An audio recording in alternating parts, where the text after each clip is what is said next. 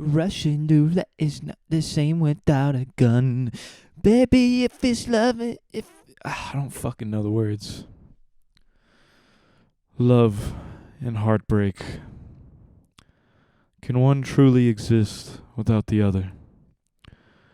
Are they not but two sides of the same coin? These are words I leave with you. I just barely got back from a coffee shop, and the coffee they had was called the Cowboy. And I went up to the window, and I was like, can I get a 12-ounce black Cowboy, please? My roommate, Scott, was like, damn, it's a small Cowboy. And I was like, especially if he's black. It's a casting couch. We'll have so much fun. It's a casting couch. The party's just begun. We'll have ups and downs. We've had prudes and clowns, but none of that is gonna keep us down. 'Cause it's a casting couch.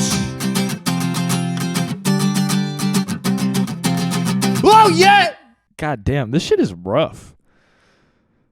This shit is very rough. This is like practicing stand up, just sitting here telling jokes and just not hearing any sort of response. Just like, I don't know. I do not know. What's up, fucks? Welcome to season 2 of Casting Couch. I'm your host, Daniel Chappy Tits. And as you just saw, hopefully, I have an intro now to Casting Couch. Hopefully you guys liked it. It was a cute little song I put together. Little backstory on the recording of that song. Me and my roommate Parker got a little drunk, and I was telling her, I was like, yeah, I wrote this theme song for Casting Couch, and I want to record it. And she was like, okay, do it. And I was like, damn, you're fucking right. So then we did it right then and there. And looking back at it now, I can personally kind of tell I was a little drunk, but you know, I don't even care. It sounds good enough for me. Sounds chill. It's a cute little theme song. Hopefully people have that stuck in their heads. The Casting Couch, you know. But guys, welcome to season 2 of Casting Couch. You guys probably didn't think this shit was ever gonna come back, but here it is. Surprisingly enough, I had like a couple people reach out to me like in real life. Like I saw people like out in public or like at parties or whatever, and they were like, yeah, dude, when are you gonna bring the fucking podcast back, dude? Or like people would be like, yo, bro, let me get on an episode. Or I actually had this dude at my friend's like birthday party type thing. He came up to me and he was like, hey bro, my homie has a podcast, you should check it out. I don't remember the dude's I think it was Abraham, I think was the dude who had the podcast. And I listened to it, and damn, maybe I don't even care. I'm just gonna say it. Yeah, the quality was kind of shit, man. You got to get better mics, bro. I mean, the content was like relatively chill, and the dude Abraham was pretty chill, but like, yeah, bro, get that quality up, because it sounds like you're just podcasting in an Xbox Live party in 2008, pretty much. Like, so there's that. But this is actually going to be the second episode I'm filming for season 2. The first episode I already filmed with the homie Sarai. So I think that will be episode 2 or 3, not sure. So I just got to address a couple things I talked about in that episode. So in that episode, I talked about potentially having an NFN 2. NFN, by the way, was like a little MMA tournament thing that we had back in 2021. So it's been a minute. It's been like 2 years, I think. And basically I just wanted to rematch the dude that fucking choked me out, Josh. Josh was actually on an episode of the podcast. He was on season 1, episode 2. So check that shit out if you want to. It was a pretty decent episode in my opinion. Josh is a really cool guy, but I kind of just, you know, that pride, that competitive nature in me came out, and I was like, I gotta beat this fool's ass. But I approached him at my roommate Jaden's birthday party. I think Jaden's gonna get on an episode too. Also real quick, made myself some it's black tea, but it's mint flavored. And my homie Lizzie, who probably is gonna get on an episode here in the future, she told me it tastes like gum. Tastes like she's drinking gum. So shout out to Lizzie. Let me just take a sipski real quick. Smells nice.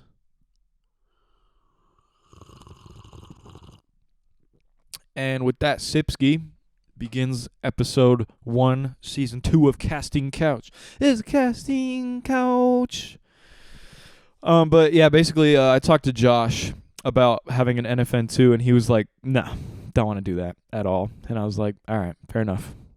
But he was like, "I'll help you like make promo and shit if you want to do an NFN2, but I do not want to fight again. That shit is not for me." And you know what? Can't argue with that. Completely fair, completely reasonable. This is also my first time filming an episode of Casting Couch without a guest, and it's kind of tough. It's kind of tough not having an audience because you just don't have any, like, you don't have any feedback on whether or not your jokes are funny or if they're landing. So you just kind of sit here, you hit a joke, and then you just sit there in the silence, like, what's the deal with Asians, right? Thank you. Yeah, it's just fucking rough. I can see why I like to have guests on the show and I don't like to do this shit alone, but I actually wanted to make this episode alone just because I feel like I have a shit ton of things that I don't know, just a shit ton of things about my personal life that I want to talk about, and you know, maybe get a little intimate with the audience, with you guys, you know. So just feel free, take your socks off, take your shoes off, you know, pants, shirt, also optional. Fuck it, you don't have to wear any clothes at all listening to this. I don't care what you wear. Doesn't affect me. I'm gonna keep my clothes on though, cause you know, gotta be monetizable and shit like that. Gotta be brand friendly. I mean, I don't think this podcast is brand friendly at all. Well, to be honest, I don't even think it's that bad. I mean, there's like an R-word slip every here and there. There was one like last episode, I think, but other than that, it's pretty politically correct, I'd say. But even if it's not, I don't give a fuck, okay? Because I don't live my life to impress or please other people, all right? Fuck you guys. I'm going to say what I want. Except, you know, obviously, you got to have limits. You got to have boundaries and shit. Dude, this light is so fucking bright. God damn. Anyways, so I got back from... Okay, first of all, I graduated college back like over a month ago, actually. April 28th, I graduated college. Graduated with a bachelor's degree in computer science. Pretty sick, pretty good stuff. It's about goddamn time. That's all I'm going to say. College is rough, bro. It's a lot of fucking work. It's basically, in my opinion, it's kind of like a jail sentence, but you have a lot more freedom because you don't have to sit in a cell all day, and you know, you can do shit in your free time. But pretty much, it's kind of like, it's just like a timed obligation. It's like a jail sentence, or like, I don't know, you know what I mean? Shit like that. And college is rough, man. And the institution of college, in my opinion, is just so outdated and like such an old money type of institution. You know what I mean? Like, fucking, it costs like $40,000, probably more now. But last I checked, it was like $40,000 a semester to go to like fucking Princeton University. And it's like, for what? Aren't you learning the exact same shit that you're learning at, for example, Weaver State University in Ogden, Utah, where I went? And that's also where Damian Lillard graduated college. So, what up, Dame? Shout out, Dame. Weaver State homies, the Wildcat brothers. Maybe one day I'll get Damian Lillard on an episode. Probably fucking not, but man, a man can hope, right? I'm going to have a sipski of this Teremente. That's Spanish for tea of mint, or mint tea. Dude, I'm going to be so fucking geeked after this tea because I'm already pretty wired, bro. I can't even lie. You guys could probably tell the way I'm talking, like I'm having meth psychosis and I'm worried about the government listening to my conversations and shit. So yeah, I graduated college, and here's something really weird about what happened after I graduated college. Fucking, I was not expecting this at all. I was expecting after I graduated to feel extremely relieved, happy, all that good shit, all those good emotions. But you know what happened? I got fucking depressed after I graduated college. I got fucking depressed as shit, and I did not understand why. And I was sitting there in quiet contemplation, and I basically kind of realized the reason I probably got hella depressed was because it's like that school is all I've ever fucking known. I've been in school since I was 5 years old, right? Now I'm at the age of 21, graduated college, and I don't plan to ever go back to school. Fuck school. it's just a huge part of my fucking life is just completely gone, just disappeared like that. And I don't know, it was weird because like my last semester of college was like not a super particularly difficult one. I was just going through the motions. And here's the thing about college is like even if the Jesus Christ, my throat. Even if the workload and the course load is like more difficult as you continue in your college journey, the thing is with school and college and shit, as you keep going, you just get better and better at it, and you get better at knowing what you need to study, what doesn't fucking matter. You just get so much better at being in college. You get better at being a student. So even if the workload and the course load gets more difficult, you get better at it. So it's like it's just a weird fucking thing. So to anyone listening who's thinking about going to college or who's in college, it's like if you're not 100% certain that you want to graduate college with a degree in something, like if you're just going to college and like, I don't know what I want to do yet, I'm just figuring it out, and you go to college and you like change majors 7 times, all that shit, don't do that, bro. In my opinion, my advice, don't fucking do that. You are wasting so much goddamn money and so much goddamn time too. So, in my opinion, unless you're like 100% certain about what you want to do in college, and if you're 100% certain that you do want to graduate college, if you are, then go for it. If not, don't fucking waste your time or your money. You know how many people I know who are like, yeah, I guess maybe college is a good idea. In reality, you're just doing what people expect you to do, low-key. I low-key am not sure if I hit record on the camera. I'm going to go double check that real quick.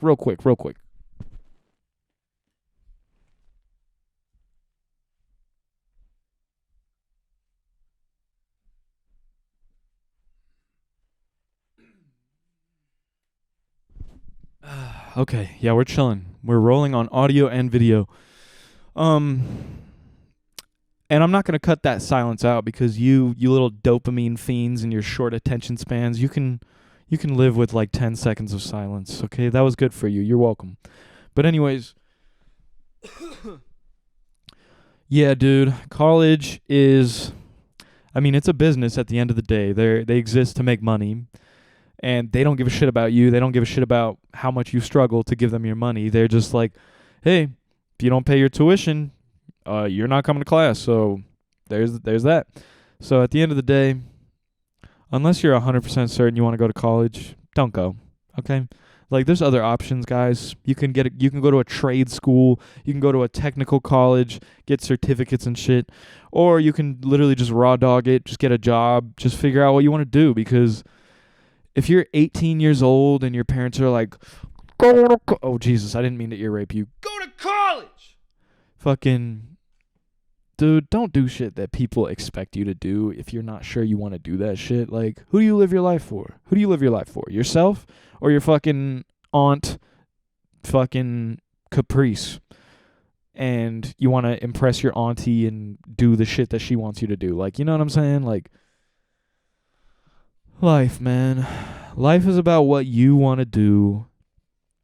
I mean, it's easier said than done, obviously, because we're always programmed and shit to, you know, please family and fucking do what people expect us to do. But it's like, break out of the matrix, fool. Do what you want to do. Do what makes you happy, because at the end of the day, nobody really got you like yourself. You know what I mean? Like at the end of the day, life or death situation, it's you and your best homie, or like you and your brother or whatever. At the end of the day, you got to choose yourself, bruh. You know what I'm saying? Like, because only truly you have your own back at the end of the day, at the end of your life. You know what I'm saying? You are born alone. Well, I mean, I guess your mom is there, but you are born alone. You're not born with any of your homies. You know what I'm saying? And you die alone. You don't die with the homies. I mean, unless you do like a mass suicide type thing, but you know, that's an anomaly. That's a rare exception. So there you go. A little bit of advice from ye old chappy tits. And if you're thinking, who the fuck is this kid? This 21-year-old shitlip just graduated college. What the fuck does he know? Maybe you're right. You don't have to listen to me. I'm just speaking my mind. So there's that. So I got back from Miami like a little over a week ago. I was visiting my brother because he lives down there with his wife Amy, who's on season 1, episode 4. Dude, that's a great fucking episode. So if y'all have not listened to that, genuinely, it's probably the craziest episode of this podcast. So if you are looking for a dope ass episode to listen to. Listen to that. Season 1, episode 4. It's called Your Favorite Episode, and it's called that for a reason. Anyways, yeah, so I got back. Miami was interesting for sure. I remember I got there. It's humid as hell. I don't really mind the humidity though, because my skin was like super moist and my scalp felt really nice and like my hair felt nice and shit. So, hey, humidity's kind of sick. And it's the time of year where it's like not unbearably fucking hot in southern Florida, but it's like it's pretty warm. It's pretty hot. So it was just nice, man. The beach was nice. Miami Beach, South Beach, nice as fuck. And I don't know, it's just crazy because when I was growing up, I played a lot of GTA Vice City, and when I was in Miami, I was just like, shit, bro, this is literally just Vice City. Like, I recognized like shit from the map, you know what I mean? Like, it was chill. It was chill as fuck.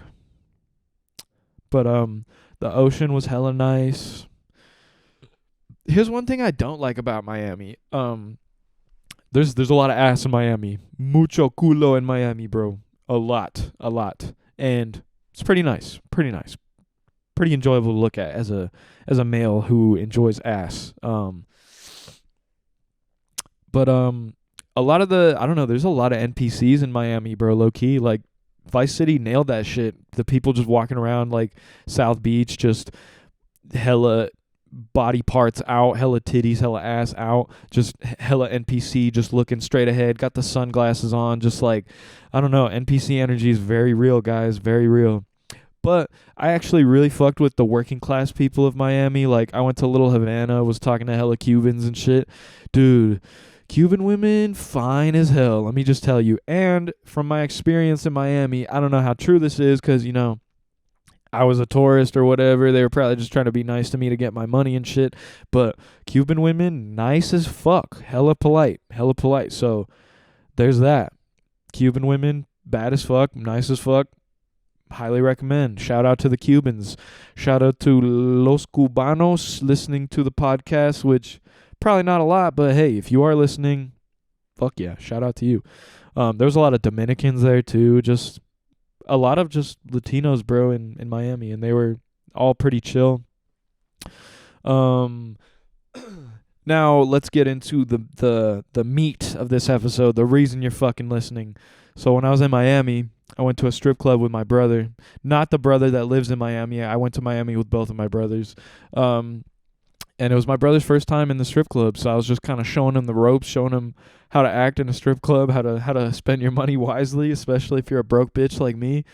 I only went in with $100, and the cover charge was $20. I only had $80 in ones to, you know, so I had to like wisely choose who earned my dollar bills. You feel me? So I walked into the strip club, right?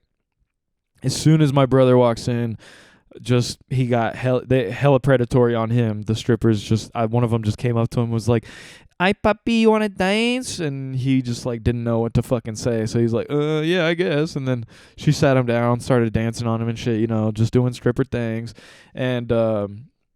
And then he wasn't even really into the girl either. He didn't really find her that attractive. He was just kind of like didn't know how to say fuck off. He just didn't know how to politely be like, "No, that's okay, thank you though." You know, he didn't know the etiquette yet. He didn't know the strip club culture. So fucking he wasted a shit ton of money on her when he didn't even really fuck with her that much. And then he was like, "Okay, that's enough, thanks." And then he met this other stripper who he was way more into, and at that point in time he only had like 20 more bucks that he's willing to spend. So, you know, he made it rain, you feel me? He did his thing. But then afterwards he was like, "Damn, I really wish that first stripper didn't fucking harass me because I was way into that second one." And I was like, "Yeah, makes sense." But when I walked in, I just walked over to the bar for a sec, and I was watching the NBA game. It was like the fucking Heat versus the Celtics was going on while I was in Miami, so the energy was super high in that regard. It was like game 3 of the Eastern Conference Finals, Heat versus Miami. Miami was killing them. And then I turned to my left. I see this fine young thing, bro. I see this beautiful black woman. she makes eye contact with me, you know what I'm saying? She walks over to me, she's like, "You want to dance?"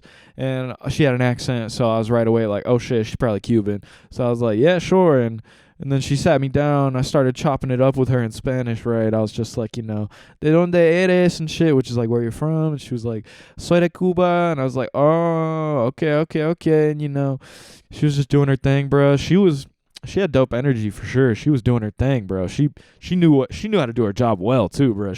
And this strip club was like full contact, bro. Like, I was like, "Am I allowed to touch you and shit?" She was like, "Yeah, go for it, papi." And I was like, "All right, sick."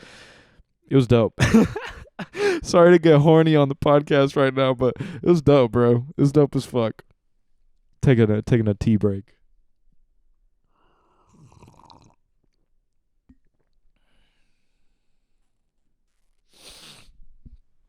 So yeah, she's just doing her thing, and then I noticed she got a dope ass tattoo on her leg, and I was like, "Tell me about your tattoo." And then she was like, "It's like a tree of life. It's like your roots got to dig deep so that you're strong enough to bear the fruits of life." You know what I'm saying? Like all that good shit. And I'm into that spiritual shit. You know what I mean? So I literally already had a tree of life like fucking necklace on. So then I showed her. I was like, "Oh, it's this?" And I showed her, and she was like, "Yeah, it's that." And I was like, "Oh, sick." So at that point, I was like, I knew she fucked with my energy a little bit. I knew it. Like, strippers are really good at making you think that they fuck with you and they like you. They're really good at that. That's their whole job, is to make you fall in love with them so that you'll give them your fucking money, right? So I was like, "Damn, bro, this woman is fine as hell and dope and spiritual and shit like that." So I was like, I was vibing. Her stripper name was Tasha. Shout out to Tasha if you're listening, which you're probably not, but if you do hear this, fucking shout out to you. You're a dope ass woman. So at that point, I was like, "Yo quiero hablar contigo," which means like, "I want to speak with you." And then she was like, "Let me give you my phone number." And I was like, "Oh shit, for real?" And she was like, "Yeah." So I pull out my phone. She gives me her number, and I was like, "All right, bet." And at this point in time, I was like, "Well, she's probably just giving me her number so she can let me know her schedule so I can give her more of my fucking money," which is fine. She's doing her job. I understand. The grind is real, and Miami is an expensive fucking place to live. Oh, by the way, this strip club was called the Booby Trap on the River. And it wasn't in Miami. It was closer to like Little Havana. It was like west of Miami. It was by the airport. It was by a Miami airport. Anyways. Yeah, so I was like, whatever. She probably just giving me her phone number so she can get more of my money. Whatever. I know how this shit goes. And then I gave her all of my $80 because she worked for that shit, bro. She earned that shit. She deserved it. And it was a wonderful experience. I was probably only in there for like 20, 30 minutes tops. And I ran out of my $80 because that's what the strip club does. Strip clubs are kind of like casinos. They're kind of predatory, and they're kind of just there to suck the fucking money out of you. You know what I mean? So just keep that in mind. If you've never been to a strip club and you want to go, just keep that in mind.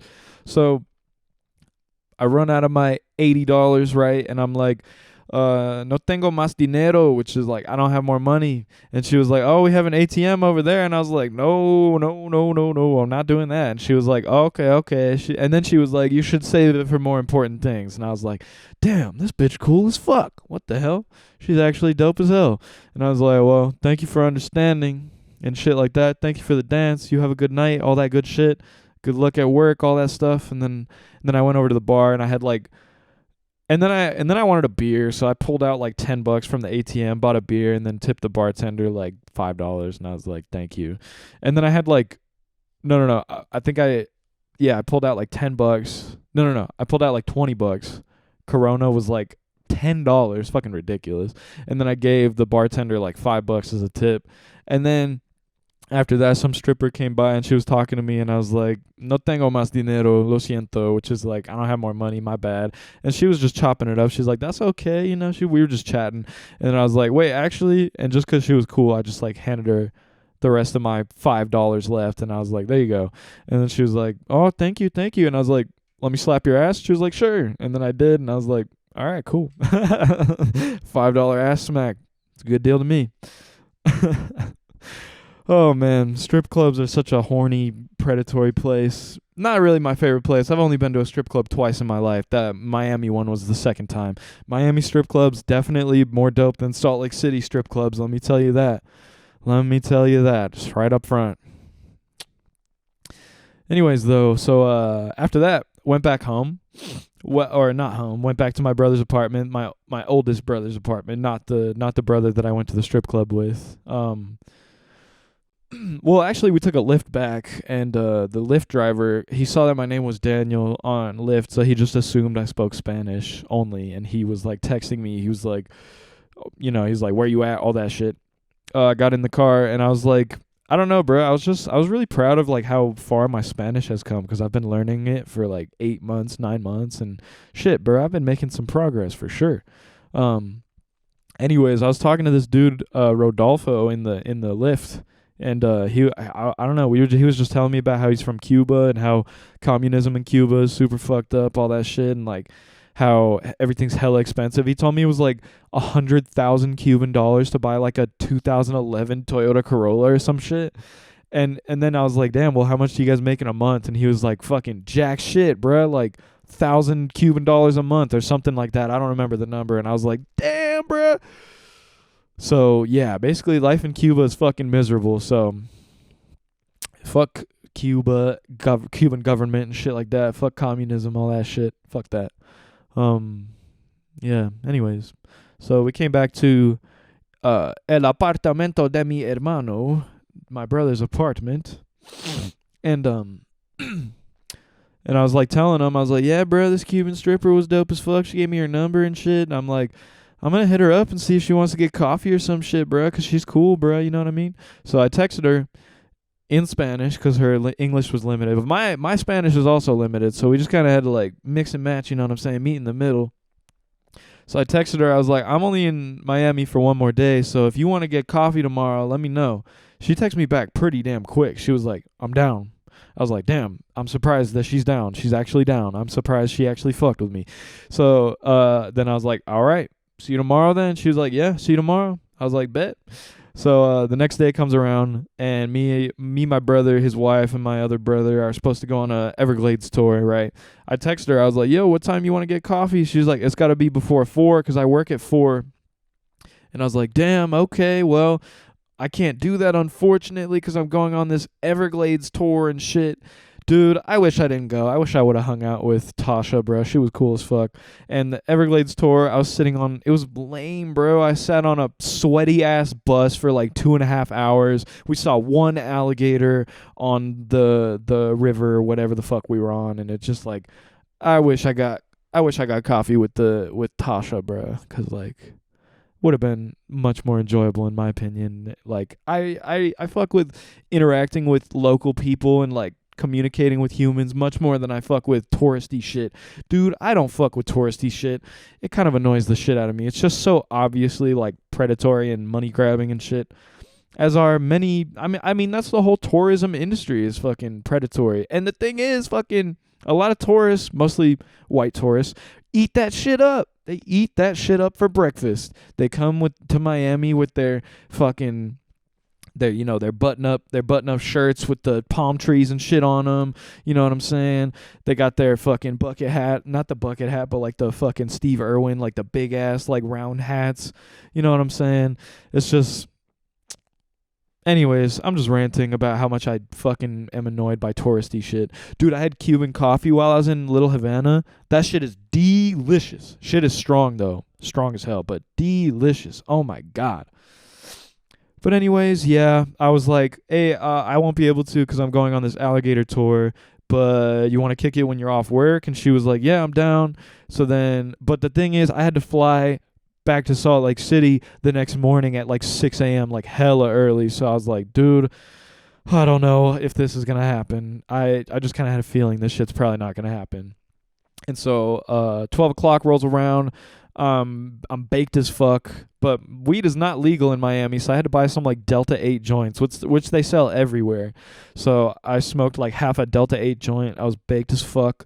I was just chilling on my brother's couch, just kind of like waiting around, see if she texts me. Didn't happen. Fell asleep at like 12:20, 12:30. Woke up the next morning like 5 a.m. to go to hit my flight, and I was like, all right, well, I guess it wasn't meant to happen, but there you go. So, yeah, I fell in love with a Cuban stripper in Miami. Shout out to Tasha. You are Tú eres el amor de mi vacación. You are the love of my vacation. Dude, I don't know if I've talked about I went on a cruise. I think, did I talk about the love of my last vacation too? This lovely black woman from Long Beach that I met on my last cruise. I don't know if I've talked about her or not. Maybe check an earlier episode like season 1, but dude, vacation lovers, that shit is very real and very dope. Gonna have a sip of tea now.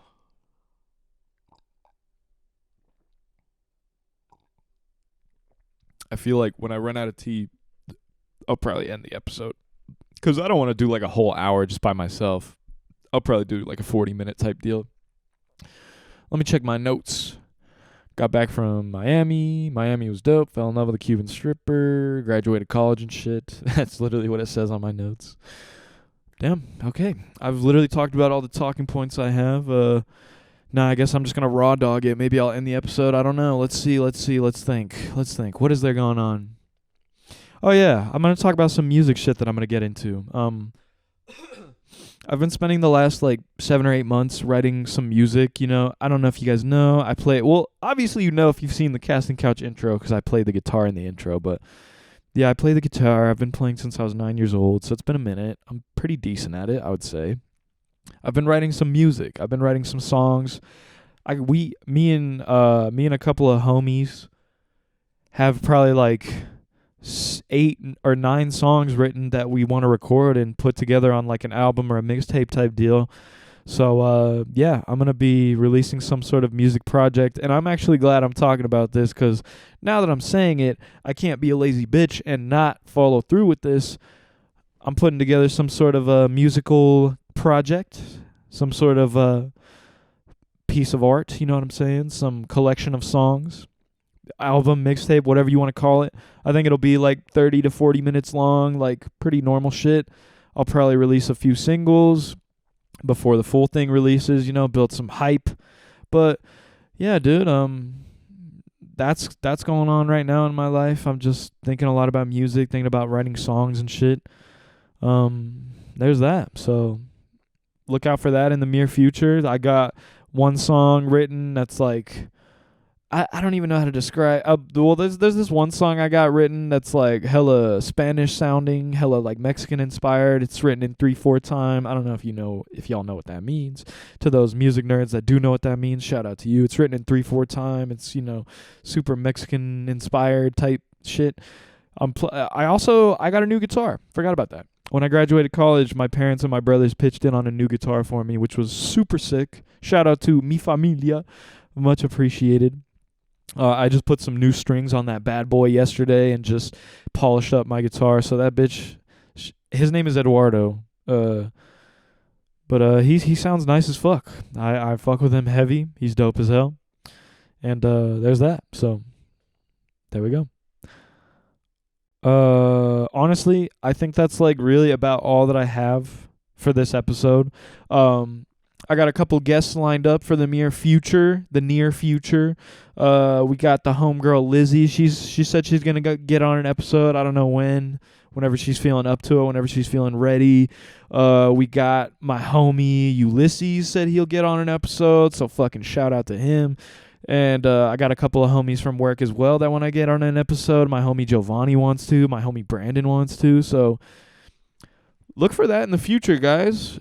Season 2 of Casting Couch should be dope as fuck. I'm excited that I got an intro now, so just more recognition, more branding, shit like that. So sorry if you just saw me adjust the shit out of my balls.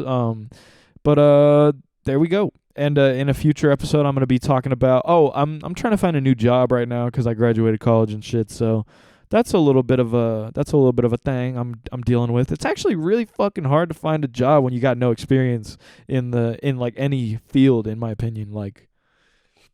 I thought I was gonna be able to find a job because I graduated with a good cheap GPA and shit. I'm young. I just graduated. I thought companies would be hell yeah, let's get new recruits and shit. But damn, it is not easy. People are if you don't got experience, get the fuck out of my face. And it's all right. So shout out to anybody trying to find a job. Shit is rough. I've been revamping my resume and shit. That's annoying as fuck. But a shout out to ChatGPT for helping me with that, because that shit is quite useful, quite useful. But I think that's about everything. Look forward to some new episodes coming out. It's going to be a weekly show for season 2. Don't know how many episodes there will be. It'll probably be at least as much as season 1, so at least 10 episodes. We'll see. Maybe there'll be more for season 2. I don't fucking know. All right, I'm not a weatherman. I don't predict the damn future. So there's that. Thank you all for listening. Hopefully an episode just me by myself wasn't boring as fuck, stupid as fuck, lame as fuck. So thank you for listening. I appreciate you all. Thank you for supporting me, all that good shit. Thanks, guys. Casting Couch Season 2. Look forward to it. Have a blessed day. Peace the fuck out. Goodbye.